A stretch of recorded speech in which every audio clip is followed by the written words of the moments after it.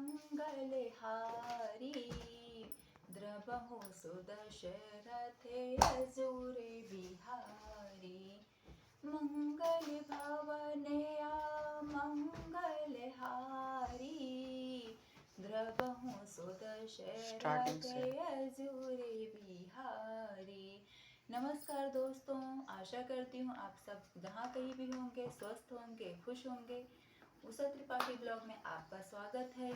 आप सबको नए साल की ढेर सारी शुभकामनाएं। हैप्पी न्यू ईयर एडवांस में। और एडवांस में क्या, कल तो हैप्पी न्यू ईयर है ही। तो ये साल जैसे तैसे हम लोगों का बीत गया, तो नया साल आने वाला है, तो हम लोग सब मिल करके नए साल का स्वागत करते हैं। हम सब से जो भी त्रुटियां हुई है इस साल में, कोशिश यही करें कि आने वाले साल में वो सारी त्रुटियां ना हो, हम वो गलतियां ना करें। ये सारी चीज़ों को ध्यान में रख करके हम अपने जीवन को सुखी और शांति में बनाएं। तो इसी आशा के साथ आप रहे। सबसे पहले आप लोग स्वस्थ रहें, खुश रहें। स्वास्थ्य ही सुखी जीवन का परिचय है। अगर हम स्वस्थ ही नहीं रहेंगे तो खुशियाँ कैसी। पैसा कितना भी हो, सबसे इम्पोर्टेंट क्या है, हमारा स्वास्थ्य। तो आप सब लोग, हमारी बहनें, हमारे भाई, जो भी बच्चे हैं, सभी अपने स्वास्थ्य का विशेष ध्यान दें। जैसा अभी सुनने में आता है, न्यूज़ में भी सुनाई देता है कि कोविड आ गया है फिर। ये हर साल यही हो गया है कि 31 तक कोविड आ ही जाता है। हर बार यही सुनने को आता है, ये भी 31 मनाने आता है। तो आप सब अपना ध्यान रखें। खास तौर पर जैसे नियम बनाए हैं सरकार, आप वैसे ही नियम को फॉलो करें। मास्क लगाएं, हाथ सैनिटाइज करते रहें हमेशा।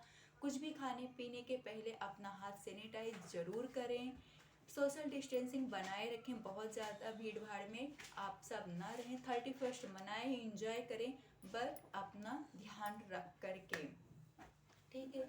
क्योंकि आप लोग स्वस्थ रहेंगे तो भी आप कभी भी 31 मनाएंगे, कोई भी त्यौहार, तभी आप सेलिब्रेट कर पाएंगे। अगर स्वास्थ्य अच्छा नहीं रहेगा तो हम कुछ नहीं कर सकते। इसके लिए सबसे अच्छा है कि आप सब स्वस्थ रहें। स्वस्थ रहेंगे तो ही खुश रहेंगे।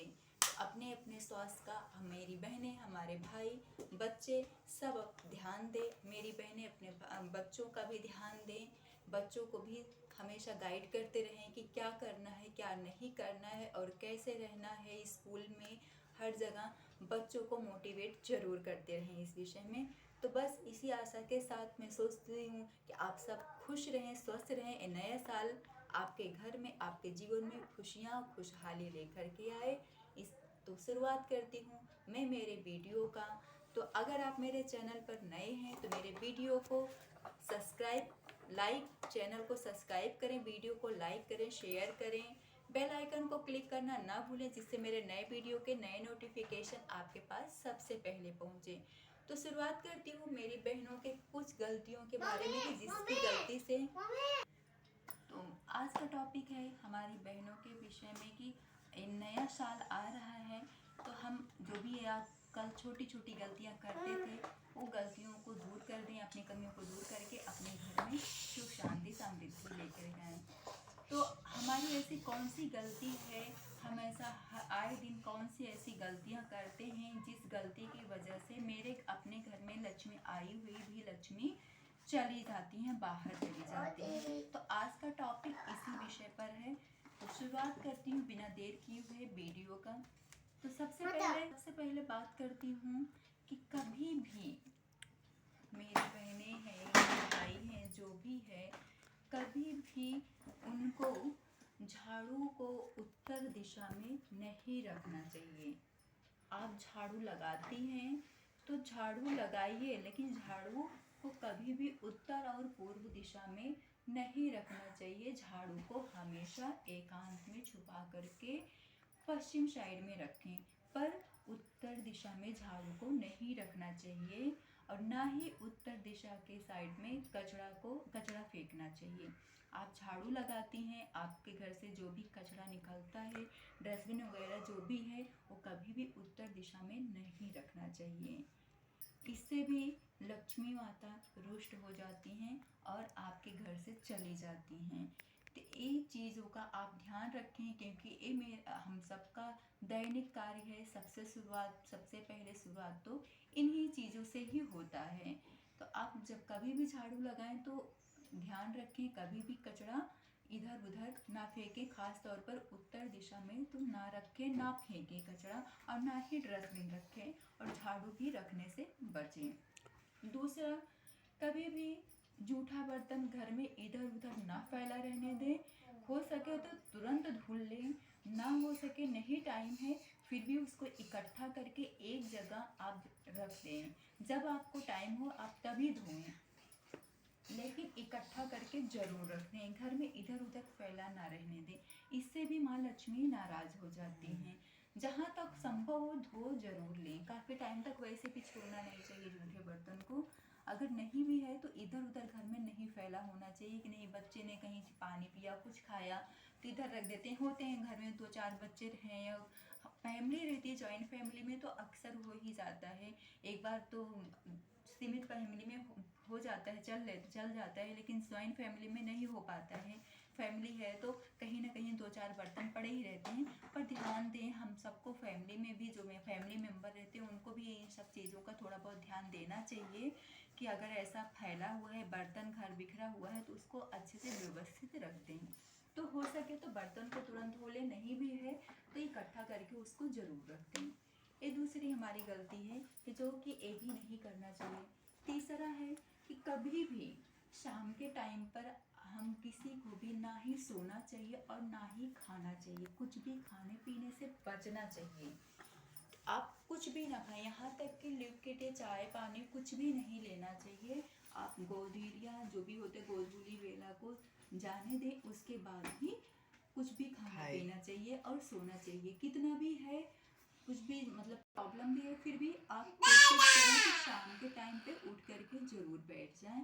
थोड़ा टहलना चाहिए, लेकिन सोने से और खाने पीने से बचना चाहिए। चौथा है, शाम के टाइम पे झाड़ू भी नहीं मारना चाहिए। जो लेडीज जो बहनें जिस घर में शाम के टाइम पे सूर्य अस्त होते हैं और शाम होता है उस टाइम पे झाड़ू मारती हैं, उनके घर से भी लक्ष्मी हमेशा हमेशा के लिए रुष्ट होकर के चली जाती हैं। तो शाम के टाइम पर झाड़ू मारने से भी बचना चाहिए। आप शाम के पहले ही मार लीजिए, जब भी आपके यहाँ जितने टाइम पे सूर्य अस्त होते हैं आपको मालूम है हो कितने बजे से कितने बजे तक होते हैं, क्योंकि हर जगह का टाइमिंग अलग अलग होता है। अभी ठंडी है तो गांव में 4:30 पौने 5 के करीब ही शाम हो जाता है। तो आप उस हिसाब से अपना टाइम मैनेजमेंट कर लें और उस हिसाब से झाड़ू पोछा जो भी है आप कर लें। झाड़ू पोछा तो हुआ रहता है, फिर भी शाम के टाइम पे क्या घर बिखरा हुआ रहता है तो करना पड़ता है। आप अपने हिसाब से टाइम मैनेजमेंट करके जैसे आपके यहाँ होता हो उस हिसाब से आप करके, लेकिन कोशिश करें कि शाम के टाइम पे झाड़ू मारने से बचें। ठीक है? क्या हो बेटा? लक्ष्मी जी उनके पास भी नहीं रुकती जिसको बहुत ज़्यादा धन चाहिए होता। अरे हमको धन ही चाहिए, हमें हमेशा पैसा पैसा पैसा। खास तौर पर मेरे भाई लोग ध्यान दें कि हमेशा पैसे के पीछे ना भागें। कुछ चीज़ें फैमिली भी होती है, बीवी हैं, बच्चे हैं, माँ बाप हैं, उनके साथ भी टाइम करना चाहिए। आप घूमने जाइए, जो भी है पिकनिक मनाइए, जो भी है एनी टाइम पैसे के पीछे नहीं भागना चाहिए। जो ऐसा करता है एनी टाइम पैसे के ही पीछे भागता है, पैसे के ही पीछे भागता है, उसके यहाँ से भी लक्ष्मी नाराज होकर चली जाती है। उनके घर पर भी लक्ष्मी नहीं टिकती हैं। क्योंकि देखिए किसी चीज़ के पीछे आप जितना भागेंगे जितने भागेंगे वो चीज़ हमसे उतना ही दूर जाता है। वो कोई वो अगर आप इंसान के पीछे भी भागते हैं ना कि नहीं इस इंसान के पीछे हमको इससे ज़्यादा लगाव है, लगाव, आप जितना उसके करीब जाएंगे वो उतना ही आपसे दूर जाएगा। तो किसी चीज़ के पीछे इतना भी नहीं भागना चाहिए। आप अपना कर्म करिए, लक्ष्मी जी आपके पास स्वयं आएंगे। हम अपना कर्म करते रहें, फल तो भगवान के हाथ में है ना, वो तो हमारे हाथ में नहीं है। तो आप अपना कर्म कीजिए, भगवान अगर चाहेंगे आपके नसीब में, हमारे नसीब में अगर धन है ऐश्वर्य है तो खुद ब खुद मिलेगा। अगर आप कर्म ही नहीं करेंगे तो ये सारी चीज़ें तो संभव ही नहीं है कि नहीं मिलेगा। तो ऐसे लोगों के पास भी लक्ष्मी नहीं रुकती हैं जो कि हमेशा एनी टाइम पैसे के पीछे भागते हैं और पैसे के बारे में ही सोचते रहते हैं। इनके यहाँ भी लक्ष्मी नहीं टिकती हैं। सातवां है कि जो कोई भी स्त्री हो या पुरुष हो, हमारी बहनें हुई या मेरे भाई हुए, अगर आप लक्ष्मी को ही पूजते हैं, लक्ष्मी जी को ही पूजते हैं एनी टाइम कि मैं लक्ष्मी जी की पूजा करूँगी तो लक्ष्मी जी मेरे घर में आएंगी, तो भी ऐसे घर में लक्ष्मी जी नहीं आती हैं। कभी भी लक्ष्मी जी का पूजा बिना नारायण के साथ नहीं करना चाहिए। आप नारायण के साथ में ही लक्ष्मी जी का पूजन करें।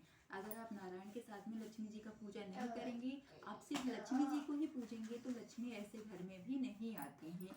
अगर रहती भी हैं तो भी चली जाती हैं।